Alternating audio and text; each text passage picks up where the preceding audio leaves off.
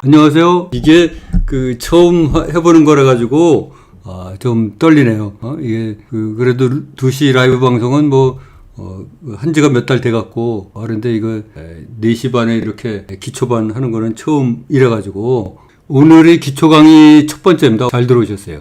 그러면은 이제 어느 정도 몇 분이 지났으니까 우리가 정식으로 강의를 진행해 보도록 하겠습니다.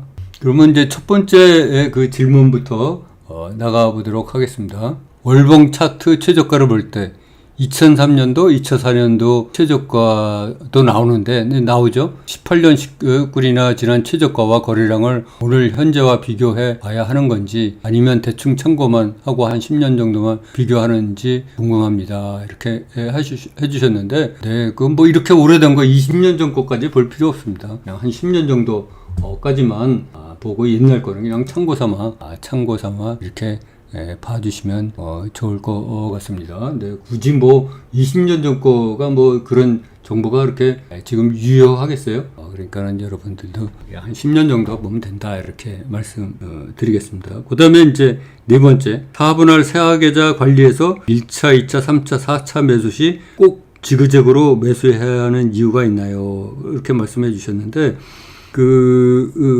이 지그재그가 이게 중요한 겁니다. 지그재그로 해야 이 폭락 시 시장 대비 15%가 덜 하락합니다. 덜 하락해요. 유리하고 그게 강점이죠. 만약에 지그재그로 안 하면 시장 폭락과 똑같이 폭락하게 됩니다. 똑같이 폭락하게 돼요.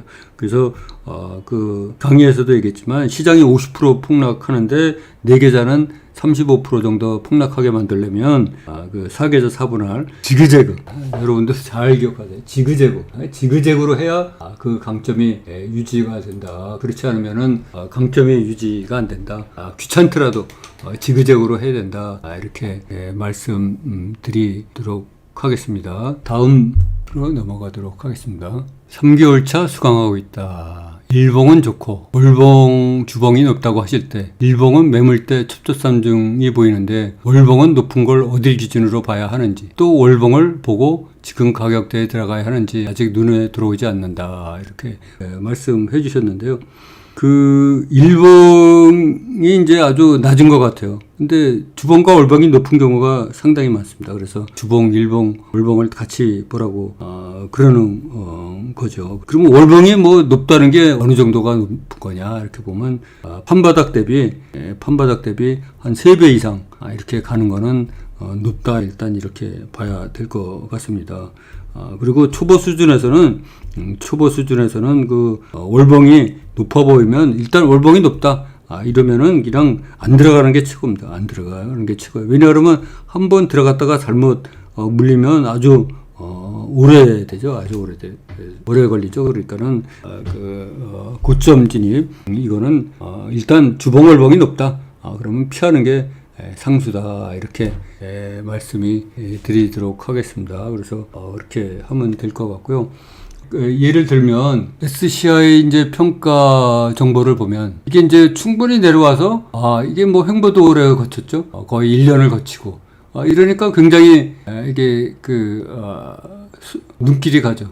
그리고 이제 장대 양봉도 틈틈이 들어오고. 근데 이게 월봉을 보면 여기 상당히 높은 수준이죠. 그래서 전에 판바닥 2,000원보다는 이제 한 50% 넘고 그 전에 이제 판바닥 여기 10,000원 여기에 대비해서는 이제 3배 정도고 또 그 전 판바닥 한 500원짜리에 대해서는 8배 이게 6배 이렇게 높은 수준이죠. 그래서 이제 이거를 이제 조심해야 된다 이렇게 라이브 방송 때도 얘기한 거거든요. 잘못하면 이제 2,000원까지 밀릴 수가 있거든요. 2,000원 빠지면 또 1,000원까지 밀릴 수가 있어요. 그래서 이렇게 약간 우리가 다른 좋은 종목도 많은데 굳이 이런 종목 들어갈 필요 있냐 이렇게 이제 말씀드리는 이유가 이제 그렇죠. 네, 그래서 그렇게 이해하시면 될 것 같고요. 하나 더 예를 들면 이 네오위즈 홀딩스도 보겠습니다. 이것도 10만원 하던 게 3만원까지 왔으니까 얼마나 반토막 났어요. 그리고 판바닥도 여기 딱 있고 그래갖고 굉장히 구미가 당기죠. 거기다가 장대 양봉까지 생기고 근데 이제 이게 월봉을 보면 옛날 판바닥이 한 10,000원 되죠. 그러니까 지금은 이제 옛날 판바닥에 이제 3배죠. 아직도 3배. 위에 비해서 3분의 1 토막 났지만 아직도 옛날 판바닥에 비해서는 3배 이상 높다. 그래서 이렇게 이제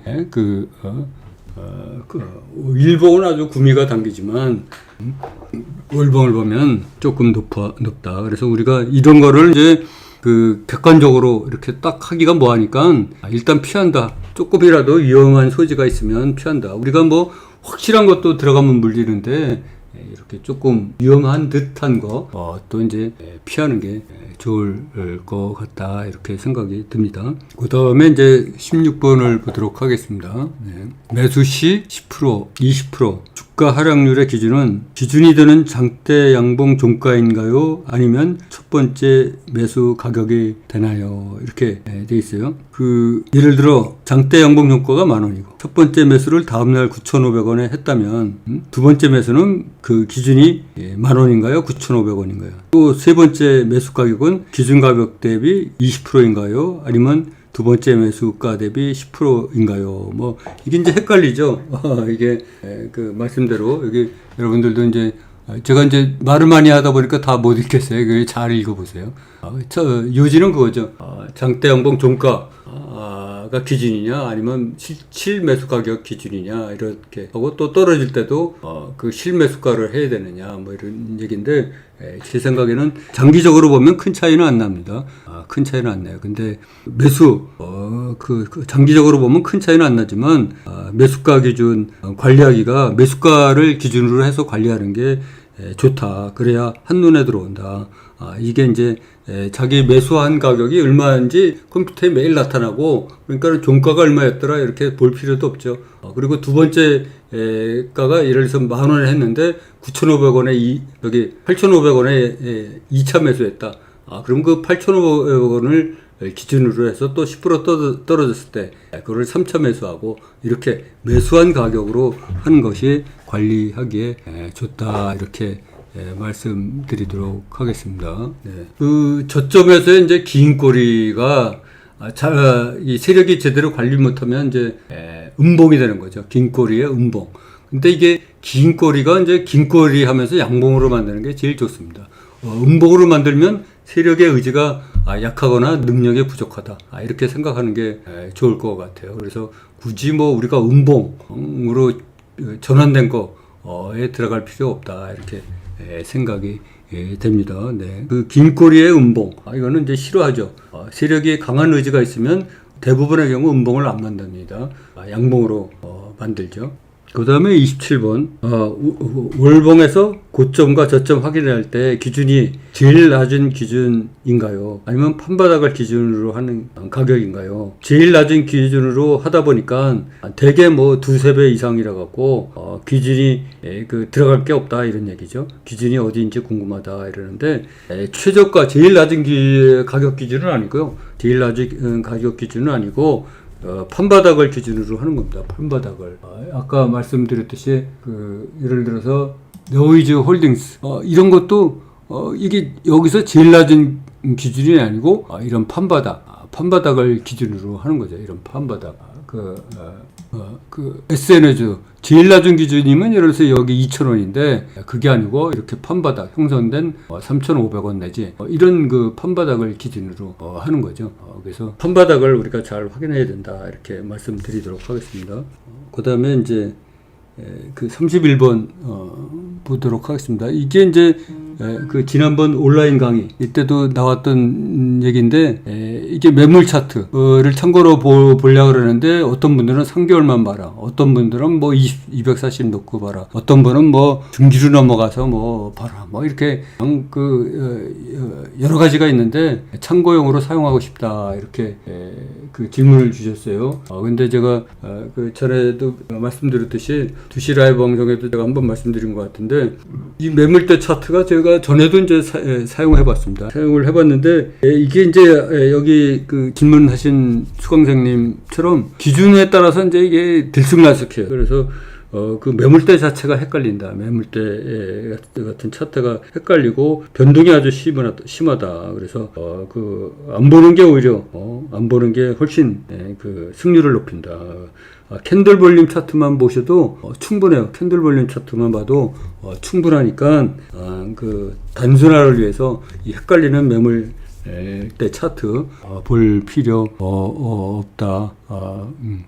볼 필요가 없다 이런 생각입니다. 그래서 그 매물 차트 자체가 헷갈리니까 단순화. 우리 목표가 단순하지 않습니까? 단순화에도 헷갈리는데 그래서 이제 아예 안 봐버릇을 하는 게 좋다 이렇게 말씀드리도록 하겠습니다. 그리고 또 이제 이 매물대 차트와 마찬가지로 부가적으로 설명드리면 추세선도 마찬가지입니다. 추세선도 50%는 맞고 50%는 틀려요. 확률이 70% 미만이면 제가 도박이라고 그랬죠. 이 추세선도 안 맞습니다. 안 맞아요. 그러니까는 추세선도 그릴 필요 없다.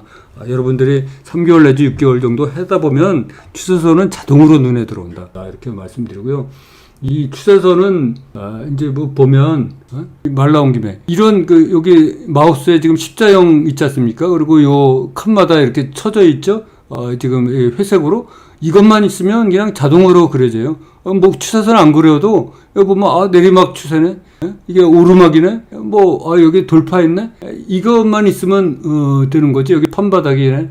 이런 것만 있으면 되는 거지. 추세선을 뭐 그림을 긋고 각도가 어떠니 여기서 이렇게 돼서 저기 상승 쐐기형이니 하락 쐐기형이니 이름도 복잡해요. 그 이름도 아주 복잡하고 다양합니다. 다양해요. 그래서 그 추세선 맞지도 않을 뿐더러 그거 공부하다가 잘못하면 시간 다 가고 노력 낭비하고 돈은 돈대로 잃는 경우가 있습니다. 그러니까 추세선 그것도 단순화 차원에서 이렇게 하도록 하겠습니다. 네, 이 회색선 설정 방법은 조금 후에 말씀드리도록 하겠습니다. 이 회색선만 있으면 추세선 필요 없어요. 이건 이렇게 하면 자동으로 이렇게 다 만들어집니다. 이렇게 컴퓨터가 알아서. 근데 무슨 추세선이 필요해요? 괜히 사람들 헷갈리게 하고 그냥 좀 아는 척 하려고 그런 의미에서 그런 거 만드는 거예요. 지난번에 그런 분들이 또 몇 분 있었죠. 추세선이 아주 굉장한 것처럼 이렇게 하시는 분들도 있었는데, 그거 승률이 50%도 안 됩니다. 지금 말씀드린 이것만 있어도 충분합니다. 보조지표 차트 복잡하면 진짜 더 헷갈립니다.